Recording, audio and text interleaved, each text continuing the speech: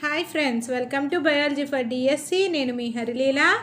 Friends, ఈ వీడియోలో మనం intermediate second year botany text book 6వ యూనిట్ అయిన మానవ సంక్షేమంలో మొక్కలు సూక్ష్మజీవులు పార్ట్ 6 వీడియోని చూద్దాం.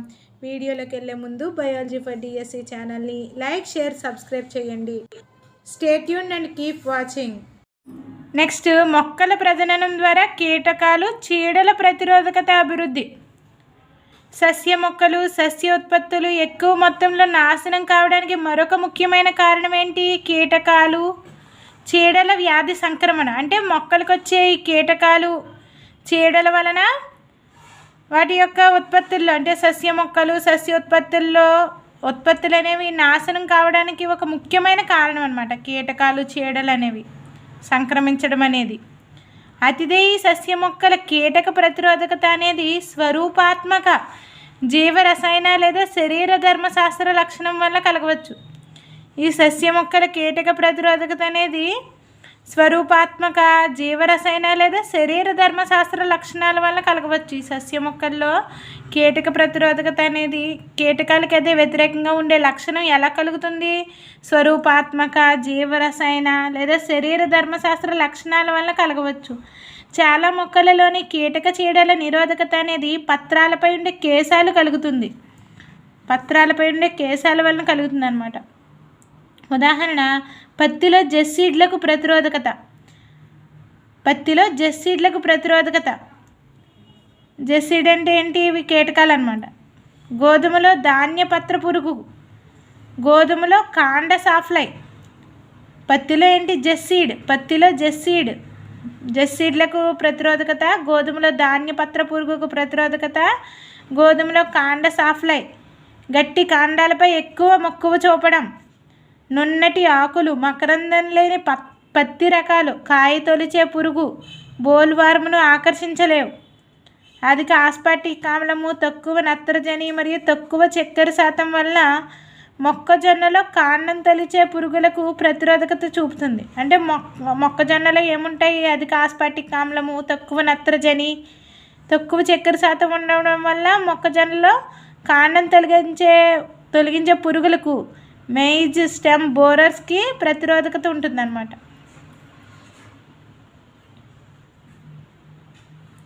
ఇక్కడ మనకి పత్తిలో చూసుకున్నట్లయితే నున్నటి ఆకులు, మకరందం లేని పత్తి రకాలు. అదేవిధంగా కాయ తొలిచే పురుగు బోల్వార్మును ఆకర్షించలేవు. నెక్స్ట్, కీటక చీడల ప్రతిరోధకత ప్రజనన విధానాలు కూడా ఇతర వ్యవసాయ లక్షణాలలోనే అంటే దిగుబడి లేదా నాణ్యతలాగా అవే దశలను కలిగి ఉంటాయి. కీటక చీడల ప్రతిరోధకత ప్రజనన విధానాలు. మనం ప్రజనన విధానాలు ఇతర మొక్కలకి ఎలా ప్రజననం చేసామో అలాగే ఈ కీటక చీడల ప్రతిరోధకత ప్రజనన విధానాలు కూడా అలాగే దిగుబడి లేదా నాణ్యతలాగే దశలను కలిగి ఉంటాయి. వీటికి ఇంతకు ముందే చర్చించడం జరుగుతుంది. ప్రతిరోధకత జన్యువులకు మూలం అనేది సాగు చేస్తున్న రకాలు సస్యాల బీజ పదార్థ సేకరణలో లేదా వన్య సంబంధీకుల నుంచే వస్తుందన్నమాట. అంటే ఇక్కడ సాగు చేస్తున్న రకాలు ఈ జన్యువులకి మూలం, ప్రతిరోధకత జన్యువులకి మూలం అనేది ఎక్కడి నుంచి వస్తుంది? సాగు చేస్తున్న రకాలు సస్యాల బీజ పదార్థ సేకరణలో లేదా వన్య సంబంధీకుల నుంచే వస్తుంది. మనకి ఇంతకుముందు వీడియోలో చదువుకున్నాం మనం ఈ ప్రజనన రకాలు అనేవి ఎక్కడెక్కడి నుంచి వస్తాయనేది. ప్రతిరోధకత జన్యువులకు మూలం అనేది సాగు చేస్తున్న రకాలు సస్యాల బీజ పదార్థ సేకరణలో లేదా వన్య సంబంధీకుల నుంచే వస్తుంది. నెక్స్ట్, ప్రజననం ద్వారా సంకరణం, వరణం తర్వాత కీటక చీడల ప్రతిరోధకతను చూపే కొన్ని విడుదల చేసిన సస్య మొక్కల రకాలు ఏంటో ఇప్పుడు ఈ పట్టికలో చూద్దాం. Brassica, రేప్సీడ్, mustard. బ్రాసికా అంటే ఏంటి? రాఫ్ సీడ్స్. ఆవాలలో పోసాగౌరవ రకం ఎఫిడ్స్కి ప్రతిరోధకతను చూపిస్తుంది అన్నమాట. వెడల్పు చిక్కుడు పోసాసెమ్ 2, పోసాసెమ్ 3, జెస్సీడ్స్, ఎఫిడ్స్ మరియు ఫలం తొలిచే వాటికి ప్రతిరోధకతను చూపిస్తుంది. ఓక్రా, బెండ, లేడీస్ ఫింగర్. ఓక్రా రకం అంటే బెండలో ఓక్రా రకము పోసా సవాని, పోసా A4 రకాలు. అవి ప్రకాండం మరియు ఫలం తొలిచే వాటికి ఈ ప్రతిరోధకతను చూపిస్తాయి. బ్రాసికాలో పోసా గౌరవం ఇది వేటికి ప్రతిరోధకతను చూపిస్తుంది? ఎఫిడ్స్కి.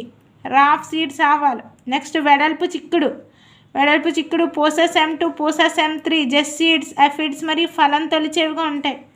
ఓక్రా బెండ ladies finger Pusa Sawani Pusa A4 ప్రకాండం మరియు ఫలం తొలిచేవి షూట్ అండ్ ఫ్రూట్ బోరర్గా ఉంటాయి. బోరర్కి ప్రతిరోధకతను చూపిస్తాయి అన్నమాట. ఇవి పూసా గౌరవ్ ఏమో బ్రాసికాలో అనమాట. పూసా M2 M3 ఏమో వెడల్పు చిక్కుడులో, పూసా సవాని పూసా A4 ఏమో ఓక్రా బెండలో ఈ ప్రతిరోధకతను చూపిస్తాయి. పూసా బ్రాసికా ఫిడ్స్కి వ్యతిరేకం అనమాట. పూసా గౌరవ్ వెడల్పు చిక్కుడు పూసా M2 M3 అనేవి జెస్ సీడ్స్ అఫిడ్స్ మరియు ఫలం తొలిచే వాటికి ప్రతిరోధకతను చూపిస్తాయి. పూసా సవాని పూసా A4 అనేవి బెండలో ప్రకాండం మరియు ఫలం తొలిచే వాటికి ప్రతిరోధకతను చూపిస్తాయి. నెక్స్ట్ మొక్కల ప్రజననం ద్వారా పెరిగే ఆహార నాణ్యత. అంటే ఈ ప్రజననం ద్వారా ఏం పెంచవచ్చు? మనం ఇంతకుముందు మనం చదువుకున్నాం. మొక్కల ప్రజననం ద్వారా వ్యాధి ప్రతిరోధకతను కలిగించవచ్చునని చదువుకున్నాం. అదేవిధంగా మొక్కల ప్రజననం ద్వారా కీటకాలు చీడల ప్రతిరోధకతను అభివృద్ధి చేయవచ్చునని చదువుకున్నాం. అదేవిధంగా ఈ మొక్కల ప్రజననం అనే ఈ ప్రక్రియ ద్వారా ఆహార నాణ్యతను పెంచవచ్చు. ప్రపంచంలో 840 మిలియన్ల కంటే ఎక్కువ ప్రజలకి ప్రతిరోజు వారికి సరిపడా కావలసిన ఆహారము పోషక విలువలు అనేవి లేవు. ఇంకా ఎక్కువ సంఖ్యలో అంటే 3 బిలియన్లు ప్రజలు సూక్ష్మ మూలకాలు ప్రోటీన్ విటమిన్ల లోపాలతో లేదా కనిపించని ఆకలితో బాధపడుతున్నారు. ప్రపంచంలో 840 మిలియన్ల కంటే ఎక్కువ ప్రజలకి ప్రతిరోజుకి వారికి సరిపడా కావలసిన ఆహారము పోషక విలువలు అనేవి లేవు. 840 మిలియన్ల కంటే ఎక్కువ ప్రజలకి ప్రతిరోజు వారికి సరిపడా కావలసిన ఆహారము పోషక విలువలు అనేవి లేవు. ఇంకా ఎక్కువ సంఖ్య అంటే 3 బిలియన్ల ప్రజలు అంటే 3 బిలియన్ల ప్రజలు. మరొక సంఖ్య ఏంటి? 3 బిలియన్ల ప్రజలు.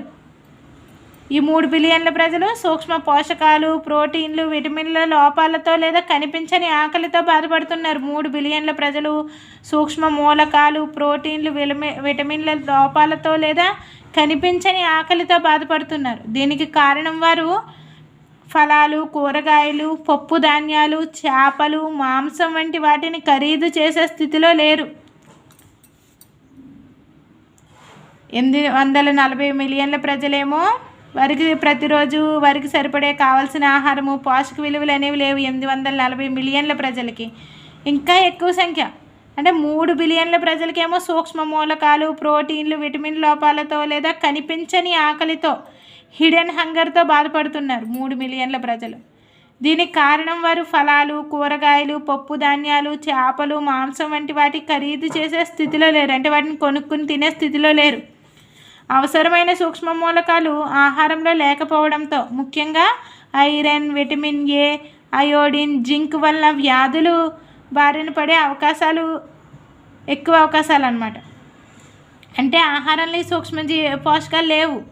అంటే ఏ పోషకాలు లేవు? Iron vitamin A iodine zinc వలన ఈ వ్యాధులను బారిపడే అవకాశాలు ఎక్కువ అన్నమాట. జీవితకాలం తగ్గిపోవడం మానసిక సామర్థ్యాన్ని దెబ్బతీసేవి అనేకం వీరికి కలిగిస్తాయి.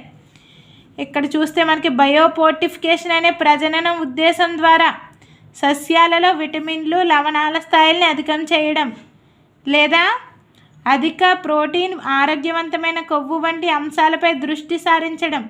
అంటే అతి ముఖ్యంగా ప్రయోగాత్మకంగా సమాజ ఆరోగ్య స్థితిని పెంపొందించడం. ఇక్కడ బయోపోర్టిఫికేషన్ అనే ఒక ప్రజనన పద్ధతి. గుర్తుపెట్టుకోవాలి. బయోపోర్టిఫికేషన్ అనే ప్రజనన ఉద్దేశం ద్వారా సస్యాలలో విటమిన్లు లవణాల స్థాయిని అధికం చేయడం లేదా అధిక ప్రోటీన్ ఆరోగ్యవంతమైన కొవ్వు వంటి అంశాలపై దృష్టి సారించడం. అంటే అతి ముఖ్యంగా ప్రయోగాత్మకంగా సమాజ ఆరోగ్య స్థితిని పెంపొందించడం. నెక్స్ట్ పోషణలోని నాణ్యతను పెంచేందుకు చేసే ప్రజననంలో పెంపొందించవలసిన ఉద్దేశాలు: ప్రోటీన్ పరిమాణము నాణ్యత, నూనె పరిమాణము నాణ్యత, విటమిన్ పరిమాణము, సూక్ష్మ మూలకాల పరిమాణం. ఈ పోషణలో నాణ్యతను పెంచేందుకు ప్రజననంలో పెంపొందించవలసిన ఉద్దేశాలు ఏంటి? పోషణలో నాణ్యతని, అంటే ప్రజల్లో పోషణలోని నాణ్యత అంటే ప్రోటీన్ ఉన్న ఆహారం తీసుకోవాలి, కొవ్వులు బాగా తీసుకోవాలి కాబట్టి నూనె పరిమాణము నాణ్యత ఎక్కువగా ఉండాలి, విటమిన్ల యొక్క పరిమాణం ఎక్కువగా ఉండాలి, సూక్ష్మ మూలకాలు విటమిన్ ఏ, ఐరన్ అటువంటి సూక్ష్మ మూలకాల పరిమాణం అనేవి ఉండాలి. కాబట్టి ప్రజననంలో పెంపొందించవలసిన ఉద్దేశాలు అంటే ఈ పోషణలో నాణ్యతను పెంపొందించడానికి మనం మొక్కల్లో ఎటువంటి ప్రజనన ఉపయోగించాలి అంటే ఎటువంటి వాటిని పెంచేందుకు వాడాలంటే ఈ ప్రజననాన్ని ప్రోటీన్ పరిమాణము నాణ్యత, నూనె పరిమాణము నాణ్యత, విటమిన్ పరిమాణము, సూక్ష్మ మూలకాల పరిమాణాన్ని పెంచడానికి ప్రజనన ఉద్దేశాలు అన్నమాట. నెక్స్ట్ 2000 సంవత్సరంలో అప్పుడున్న మొక్కజొన్న సంకరాలలోని లైసిన్, ట్రిప్టోఫాన్ల వంటి అమైనో ఆమ్లాలు శాతం కంటే రెండింతలైన మొక్కజొన్న సంకరాలను అభివృద్ధి చేశారు. 2000 సంవత్సరంలో అప్పుడున్న మొక్కజొన్న సంకరాలలోని లైసిన్, ట్రిప్టోఫాన్ల వంటి అమైనో ఆమ్లాల శాతం కంటే రెండింతలైన మొక్కజొన్న సంకరాలని అభివృద్ధి చేశారు. అంటే మొక్కజొన్నలో సాధారణంగా ఉండే లైసిన్, ట్రిప్టోఫాన్ వంటి అమైనో ఆమ్లాలు ఉంటాయి కదా, లైసిన్, ట్రిప్టోఫాన్ వంటి అమైనో ఆమ్లాలు వాటికంటే రెండింతలైన మొక్కజొన్న సంకరాలను అభివృద్ధి చేశారు 2000 సంవత్సరంలో. గోధుమ రకం అట్లాస్ 66, దీనిలో ఏముంటుంది? గోధుమ అట్లాస్ 66, గోధుమలో ఉండే అట్లాస్ 66లో ప్రోటీన్ పరిమాణం ఎక్కువగా ఉంటుంది. గోధుమ రకం అట్లాస్ 66లో ప్రోటీన్ పరిమాణం ఎక్కువగా ఉంటుంది. అట్లాస్ 66లో ప్రోటీన్ పరిమాణం ఎక్కువగా ఉంటుంది. సాగు చేసే గోధుమను అభివృద్ధి చేయడానికి దీనిని దాతగా ఉపయోగిస్తారు. సాగు చేసే గోధుమను అభివృద్ధి చేయడానికి దేన్ని అట్లాస్ 66ని దాతగా ఉపయోగిస్తారనమాట. ఐరన్ ఫోర్టిఫైడ్ వరి రకంలో సాధారణంగా వాడే రకాలతో పోల్చి చూసిన 5 ఎక్కువ ఐరన్ ఉంటుందన్నమాట. ఐరన్ ఫోర్టిఫైడ్ వరి రకంలో సాధారణ వరి రకాలతో పోల్చి చూస్తే 5 ఎక్కువ ఐరన్ అనేది ఉంటుంది. అదేవిధంగా బీటా కెరోటిన్ కలిగిన వరి రకానికి బంగారు వరి, గోల్డెన్ రైస్ అని పేరు పెట్టారు. బీటా కెరోటిన్ కలిగిన వరి రకానికి బంగారు వరి, గోల్డెన్ రైస్ అని పేరు పెట్టారు. నెక్స్ట్ భారతీయ వ్యవసాయ పరిశోధనా సంస్థ IARI న్యూఢిల్లీ వారు ఎక్కువ విటమిన్లు, ఖనిజాలున్న కూరగాయల మొక్కల అనేక రకాలను విడుదల చేశారు. ఇక్కడ భారతీయ వ్యవసాయ పరిశోధనా సంస్థ IARI న్యూఢిల్లీలో ఉందన్నమాట. భారతీయ వ్యవసాయ పరిశోధనా సంస్థ IARI న్యూఢిల్లీలో ఉంది. ఎక్కువ విటమిన్లు, ఖనిజాలున్న కూరగాయల మొక్కలు అనేక రకాలను విడుదల చేశారు. విటమిన్ ఏ పుష్టిగా ఉన్న క్యారెట్లు, స్పినాచ్, గుమ్మడి, విటమిన్ సి పుష్టిగా ఉన్న కాకర, బతువ అంటే ఏంటి? చెనాపోడియం, కింగ్ ఆఫ్ గ్రీన్ వెజిటేబుల్స్, ఆకుకూరలకు రాజు అంట బతువ అంటే. బతువ, చెనాపోడియం, కింగ్ ఆఫ్ గ్రీన్ వెజిటేబుల్స్, ఆకుకూరలకు రాజు. బతువ, చెనాపోడియం అనేది కింగ్ ఆఫ్ గ్రీన్ వెజిటేబుల్స్, ఆకుకూరలకు రాజు ఎవరు? బతువ, చెనాపోడియం. బతువ, చెనాపోడియం అనేది కింగ్ ఆఫ్ గ్రీన్ వెజిటేబుల్స్.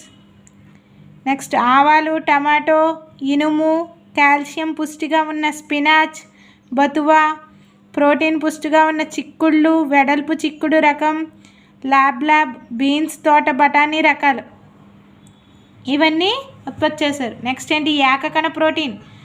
సాంప్రదాయ వ్యవసాయ ఉత్పత్తులైన ధాన్యాలు, పప్పు గింజలు, కూరగాయలు, పండ్లు మొదలైనవి పెరుగుతున్న మానవ జంతు జనాభాల ఆహార అవసరాలకు తగినట్లుగా సరితూగడం లేదు.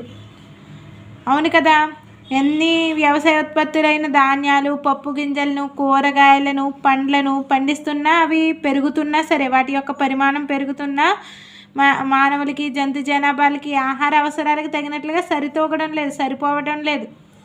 ధాన్యం నుంచి మాంసాహారానికి మారడం వల్ల కూడా తృణధాన్యాల అవసరం అనేది కూడా ఎక్కువగా ఏర్పడింది. ధాన్యం నుంచి మాంసాహారానికి కూడా మాంసాహారం తీసుకునే వాళ్ళు ఉన్నారు కాబట్టి అయినా సరే ఈ తృణధాన్యాల అవసరం అనేది కూడా ఎక్కువగా ఏర్పడింది. దీనికి కారణం జంతువుల పెంపకం ద్వారా వచ్చే 1 కిలో మాంసానికి 3 నుంచి 10 కిలోల ధాన్యం అనేది అవసరం. దీనికి కారణం ఏంటి? జంతువుల పెంపకం ద్వారా వచ్చే 1 కిలో మాంసానికి 3 నుంచి 10 కిలోల ధాన్యం అనేది అవసరం. జంతువుల పెంపకం ద్వారా వచ్చే 1 కిలో మాంసానికి 3 నుంచి 10 కిలోల ధాన్యం అనేది అవసరం. నెక్స్ట్ ఏకకణ ప్రోటీన్లు.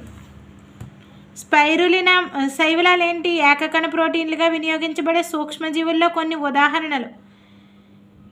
ఏకకణ ప్రోటీన్లుగా ఉపయోగించబడే కొన్ని శైవలాలను చూద్దాం. శైవలాలు: spirulina maxima, chlorella pyrenoidosa, scenedesmus ఆక్యుటస్. ఇవన్నీ శైవలాలు. శైవలాలు అంటే ఏంటి? పచ్చగా ఉంటాయని గుర్తుపెట్టుకోవాలి మనం. స్పైరులినా అనేది ఒక శైవలం. క్లోరెల్లా అంటే క్లోరో అంటే గ్రీన్ కాబట్టి క్లోరెల్లా పైరినాయిడోజా. సెన్యుడెస్మస్ ఆక్యుటస్ ఆక్యుటస్లు అంటే ఆకు అంటే ఏంటి? గ్రీన్, శైవలం అనమాట. Spirulina maxima, chlorella pyrenoidosa, scenedesmus acutus. Spirulina maxima, chlorella pyrenoidosa, scenedesmus acutus. ఇవి శైవలాలు. Spirulina maxima, chlorella pyrenoidosa, scenedesmus acutus. Next శిలీంధ్రాలు ఏంటి? క్యాండిడా యూటిలిస్, టోర్యులా ఈస్ట్ అనేది ఒక శిలీంధ్రం. క్యాండిడా యూటిలిస్ అనేది ఒక ఏకకణ ప్రోటీన్గా ఉపయోగించే శిలీంధ్రాలు అనమాట. సాక్రోమైసిస్ సర్వేసియా, బేకర్స్ ఈస్ట్, కీటోమియం సెల్యులోలైటికం. ఈ 3 ఏకకణ ప్రోటీన్గా ఉపయోగించే శిలీంధ్రాలు. క్యాండిడా యూటిలిస్, టోర్యులా ఈస్ట్ అనేది, సాక్రోమైసిస్ సర్వేసియా, బేకర్స్ ఈస్ట్, కీటోమియం సెల్యులైటికం. నెక్స్ట్ బ్యాక్టీరియాలుగా ఉపయోగించే బ్యాక్టీరియాలు ఏకకణ ప్రోటీన్లుగా ఉపయోగించే బ్యాక్టీరియాలు ఏంటి? బ్రెవి బ్యాక్టీరియం, కీటోగ్లూటామికం, మెథైలోఫిలస్, మెథైలోట్రోపస్. బ్రెవి బ్యాక్టీరియం, కీటోగ్లూటామికం, మెథైలోఫిలస్, మెథైలోట్రోపస్ అనేవి ఏకకణ ప్రోటీన్లుగా ఉపయోగించే బ్యాక్టీరియాలకి ఉదాహరణ. నెక్స్ట్ 25% కన్నా ఎక్కువ మానవ జనాభా ఆకలి బాధ, పోషకాహార లోపాలతో బాధపడుతుంది. జంతువులకు మానవుల పోషణకు కావలసిన ప్రోటీన్ మూలానికి ఒక ప్రత్యామ్నాయం ఏకకణ ప్రోటీన్లు. 25% కన్నా ఎక్కువ మానవ జనాభా ఆకలి బాధ, పోషకాహార లోపాలతో బాధపడుతుంది. 25% కంటే ఎక్కువ మానవ జనాభా ఆకలి బాధ, పోషకాహార లోపాలతో బాధపడుతుంది. జంతువులకి మానవుల పోషణకి కావాల్సిన ప్రోటీన్ మూలానికి ఒక ప్రత్యామ్నాయం అంటే మరొక ఇతర మార్గం ఏంటి? ప్రోటీన్లే కాకుండా ఏకకణ ప్రోటీన్ల ద్వారా కూడా మనకి ఈ ప్రోటీన్ అనేది లభిస్తుంది. సింగిల్ సెల్ ప్రోటీన్స్ అంటారు. మంచి ప్రోటీన్ కోసం సూక్ష్మజీవులను పారిశ్రామికంగా పెంచుతున్నారు. మనం పైన చదువుకున్నాం కదా, శైవలాలు, శిలీంధ్రాలు, బ్యాక్టీరియాలు ఇవన్నీ సూక్ష్మజీవుల ద్వారా ఈ ఏకకణ ప్రోటీన్లను ఉత్పత్తి చేసుకోవచ్చు అనమాట. మంచి ప్రోటీన్ కోసం సూక్ష్మజీవుల్ని పారిశ్రామికంగా అంటే పరిశ్రమల్లో పెంచుతున్నారు, ఇండస్ట్రీస్లో. శైవలాలు, శిలీంధ్రాలు, బ్యాక్టీరియంలు ఏకకణ ప్రోటీన్ల ఉత్పత్తికి ఉపయోగిస్తున్నారు. బంగాళాదుంప ప్రాసెసింగ్ ప్లాంట్ నుంచి పొటాటో ప్రాసెసింగ్ ప్లాంట్, దీనిలో పిండి పదార్థం ఉంటుంది. వచ్చే వ్యర్థ జలాలు, ఎండుగడ్డి, మొలాసిస్, జంతువుల ఎరువులు వంటి పదార్థాలతో పాటు మురుగునీటిపై కూడా సూక్ష్మజీవులైన స్పైరులినా వంటి వాటిని సులభంగా పెంచవచ్చు. బంగాళాదుంప ప్రాసెసింగ్ ప్లాంట్ నుంచి, పొటాటో ప్రాసెసింగ్ ప్లాంట్ నుంచి. ఈ పొటాటో ప్రాసెసింగ్ ప్లాంట్స్లో ఏముంటుంది? పిండి పదార్థం ఉంటుంది. ఈ పిండి పదార్థాలు ఈ ప్రాసెసింగ్ ప్లాంట్స్ నుంచి వచ్చే వ్యర్థ జలాలు, ఎండుగడ్డి, మొలాసిస్, జంతువుల ఎరువులు వంటి పదార్థాలతో పాటుగా మురుగునీటిపై కూడా సూక్ష్మజీవులైన స్పైరులినా వంటి వాటిని సులభంగా పెంచవచ్చు. ప్రోటీన్, లవణాలు, కొవ్వు, పిండి పదార్థాలు, విటమిన్లలో పుష్టిగా ఉండడం వల్ల దీన్ని ఆహారంగా వినియోగించవచ్చు. ఇటువంటి వాడకం ద్వారా వాతావరణ కాలుష్యం కూడా తగ్గిపోతుంది. స్పైరులినా వంటి వాటిని ఈ బంగాళదుంప ప్రాసెసింగ్ ప్లాంట్స్లో ఉపయోగించి కొన్ని అంటే ఈ పొటాటో ప్రాసెసింగ్ ప్లాంట్స్ నుంచి వ్యర్థ జలాలు, ఎండుగడ్డి, మొలాసిస్, జంతువుల ఎరువులు వంటి పదార్థాలతో వస్తాయి కదా. మురుగునీటిపై కూడా ఈ సూక్ష్మజీవులైన స్పైరులు అంటే వీటికి పెట్టుబడి తక్కువ అన్నమాట. పెట్టుబడి తక్కువ, సులువుగా పెంచవచ్చు. ప్రోటీన్, లవణాలు, కొవ్వు, పిండి పదార్థాలు, విటమిన్లలో పుష్టిగా ఉండడం వల్ల దీనిని ఆహారంగా వినియోగించవచ్చు. ఇటువంటి వాడకం ద్వారా వాతావరణ కాలుష్యం కూడా తగ్గిపోతుంది. ప్రోటీన్, లవణాలు, కొవ్వు, పిండి పదార్థాలు, విటమిన్లలో పుష్టిగా ఉండడం వల్ల ఈ ఏకకణ ప్రోటీన్ని స్పైరులినాను మనం పక్కన పటంలో చూడొచ్చు. ఈ స్పైరులినా వంటి వాటిని పెంచవచ్చు అనమాట. ఒక 250 కిలోల బరువు కలిగిన ఉన్న ఆవు 200 గ్రాముల ప్రోటీన్ను ప్రతిరోజు ఉత్పత్తి చేస్తుందని లెక్కగట్టారు. 250 కిలోల బరువు కలిగి ఉన్న ఒక ఆవు 200 గ్రాముల ప్రోటీన్ ఉత్పత్తి చేస్తుంది ప్రతిరోజు. 250 కిలోగ్రాముల బరువు ఉన్న ఆవు 250 కిలోల బరువు ఉన్న ఆవు 200 గ్రాముల ప్రోటీన్ని ప్రతిరోజు ఉత్పత్తి చేస్తుంది.